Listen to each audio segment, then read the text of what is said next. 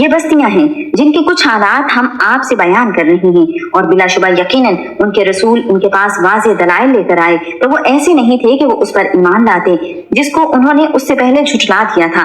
اسی طرح اللہ تعالیٰ کافروں کے دلوں پر مہر لگا دیتا ہے، اور ہم نے ان میں سے اکثر کے لیے کوئی عہد نہیں پایا، اور بلا شبہ ہم نے ان میں سے اکثر کو نافرمان ہی پایا ہے۔ پھر ہم نے ان کے بعد موسیٰ کو اپنی نشانیوں کے ساتھ فرعون اور اس کے سرداروں کی جانب بھیجا تو انہوں نے بھی ان کے ساتھ ظلم کیا۔ پھر دیکھو فساد کرنے والوں کا انجام کیسا ہوا۔ اور موسیٰ نے کہا، اے فرعون، یقیناً میں جہانوں کے رب کی طرف سے ایک رسول ہوں، اس بات پر پوری طرح قائم ہوں کہ میں اللہ تعالیٰ پر حق کے سوا کوئی بات نہ کہوں۔ یقیناً میں تمہارے پاس تمہارے رب کی طرف سے ایک واضح دلیل لے کر آیا ہوں، سو بنی اسرائیل کو میرے ساتھ بھیج دو۔